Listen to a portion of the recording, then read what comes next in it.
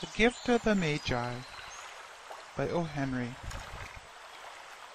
$1.87. That was all, and 60 cents of it was in pennies. Pennies saved 1 and 2 at a time by bulldozing the grocer and the vegetable man and the butcher, until one's cheeks burned with the silent imputation of parsimony that such close dealing implied.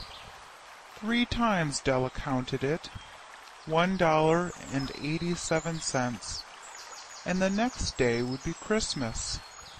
There was clearly nothing to do but flop down on the shabby little couch and howl, so Della did it, which instigates the moral reflection that life is made up of sobs, sniffles, and smiles, with sniffles predominating.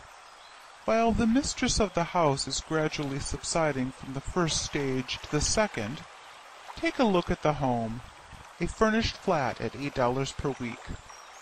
It did not exactly beggar description, but it certainly had that word on the lookout for the mendicancy squad. In the vestibule below was a letter box into which no letter would go, and an electric button from which no mortal finger could coax a ring. Also appertaining thereunto was a card bearing the name Mr. James Dillingham Young. The Dillingham had been flung to the breeze during a former period of prosperity when its possessor was being paid $30 per week. Now, when the income was shrunk to $20, though, they were thinking seriously of contracting to a modest and unassuming D. But whenever Mr. James Dillingham Young came home and reached his flat above, he was called Jim, and greatly hugged by Mrs. James Dillingham Young, already introduced to you as Della, which is all very good. Della finished her cry and attended to her cheeks with the powder rag. She stood by the window and looked out dully at a gray cat walking a gray fence in a gray backyard.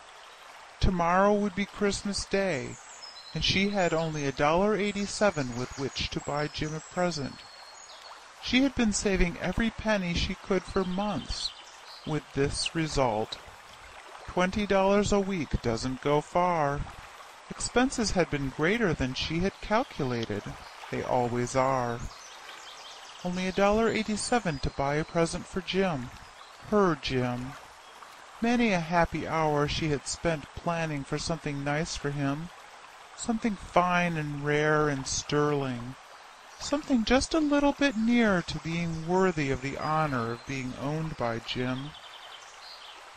There was a pier glass between the windows of the room. Perhaps you have seen a pier glass in an $8 flat. A very thin and very agile person may, by observing his reflection in a rapid sequence of longitudinal strips, obtain a fairly accurate conception of his looks. Della, being slender, had mastered the art. Suddenly she whirled from the window and stood before the glass. Her eyes were shining brilliantly, but her face had lost its color within 20 seconds. Rapidly she pulled down her hair and let it fall to its full length. Now there were 2 possessions of the James Dillingham Youngs in which they both took a mighty pride. One was Jim's gold watch that had been his father's and his grandfather's. The other was Della's hair.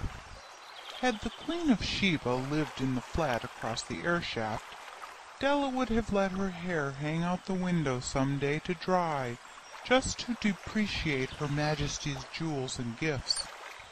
Had King Solomon been the janitor with all his treasures piled up in the basement, Jim would have pulled out his watch every time he passed, just to see him pluck at his beard from envy. So now Della's beautiful hair fell about her rippling and shining like a cascade of brown waters. It reached below her knee and made itself almost a garment for her. And then she did it up again nervously and quickly. Once she faltered for a moment and stood still while a tear or two splashed on the worn red carpet. On went her old brown jacket, On went her old brown hat. With a whirl of skirts and with the brilliant sparkle still in her eyes, she fluttered out the door and down the stairs to the street. Where she stopped, the sign read, Madame Sofronie, hair goods of all kinds. One flight up Della ran and collected herself panting. Madame, large, too white, chilly, hardly looked the Sofronie. "Will you buy my hair?" asked Della. "I buy hair," said Madame. "Take your hat off and let's have a sight at the looks of it." Down rippled the brown cascade. $20, said Madame, lifting the mass with a practised hand. "Give it to me quick," said Della. Oh, and the next 2 hours tripped by on rosy wings. Forget the hashed metaphor. She was ransacking the stores for Jim's present. She found it at last. It surely had been made for Jim and no one else. There was no other like it in any of the stores, and she had turned all of them inside out. It was a platinum fob chain, simple and chaste in design, properly proclaiming its value by substance alone and not by meretricious ornamentation, as all good things should do. It was even worthy of the watch. As soon as she saw it, she knew that it must be Jim's. It was like him, quietness and value. The description applied to both. $21 they took from her for it, and she hurried home with the 87 cents. With that chain on his watch, Jim might be properly anxious about the time in any company. Grand as the watch was, he sometimes looked at it on the sly on account of the old leather strap that he used in place of a chain. When Della reached home, her intoxication gave way a little to prudence and reason.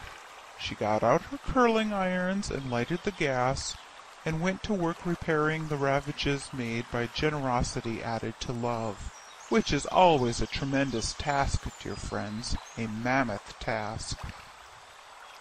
Within 40 minutes her head was covered with tiny, close-lying curls that made her look wonderfully like a truant schoolboy.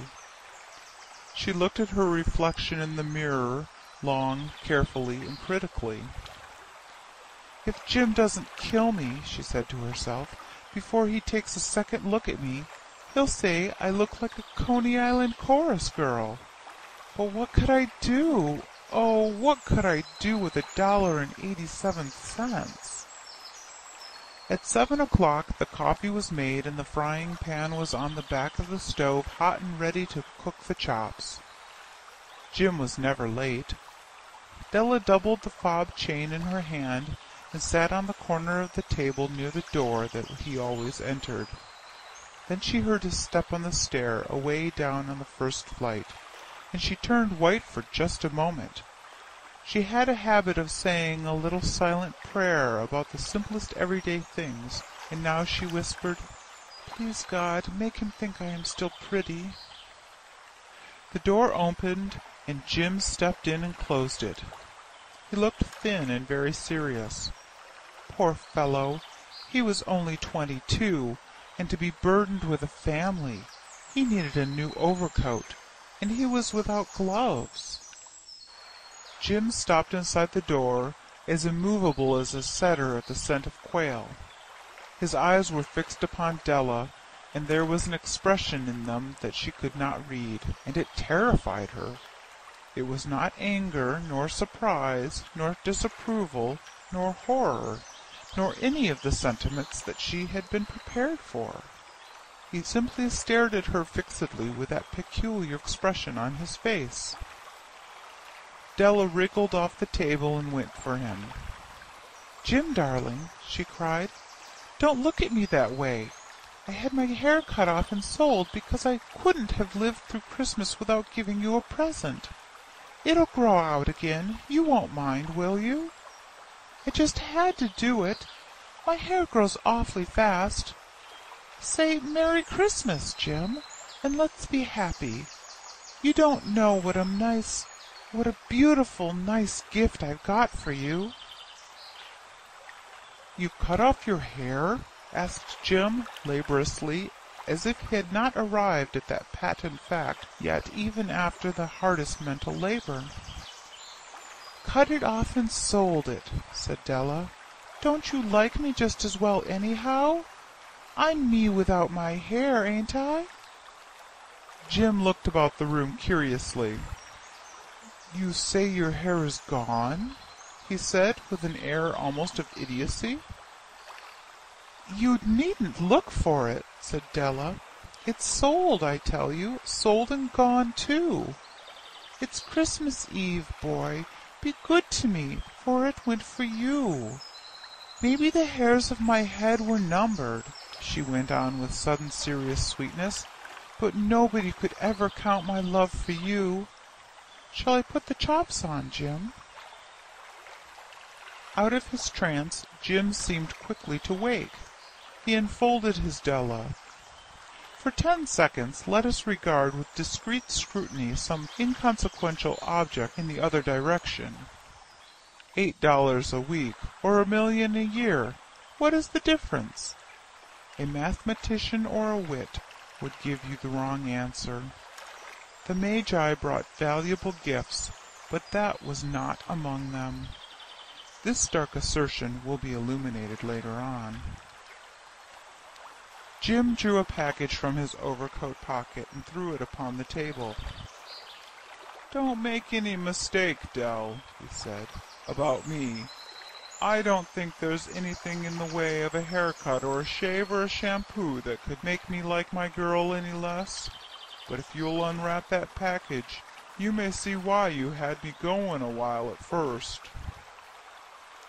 White fingers and nimble tore at the string and paper. And then an aesthetic scream of joy, and then, alas, a quick feminine change to hysterical tears and wails, necessitating the immediate employment of all the comforting powers of the lord of the flat. For there lay the combs, the set of combs side and back that Della had worshipped long in a Broadway window. Beautiful combs, pure tortoise-shell with jeweled rims, just the shade to wear in the beautiful vanished hair. They were expensive combs, she knew, and her heart had simply craved and yearned over them without the least hope of possession, and now they were hers. But the tresses that should have adorned the coveted adornments were gone. But she hugged them to her bosom, and at length she was able to look up with dim eyes and a smile and say, "My hair grows so fast, Jim." And then Della leaped up like a little singed cat and cried, "Oh, oh!" Jim had not yet seen his beautiful present. She held it out to him eagerly upon her open palm. The dull, precious metal seemed to flash with the reflection of her bright and ardent spirit. "Isn't it a dandy, Jim? I hunted all over town to find it. You'll have to look at the time 100 times a day now. Give me your watch. I want to see how it looks on it." Instead of obeying, Jim tumbled down on the couch and put his hands under the back of his head and smiled.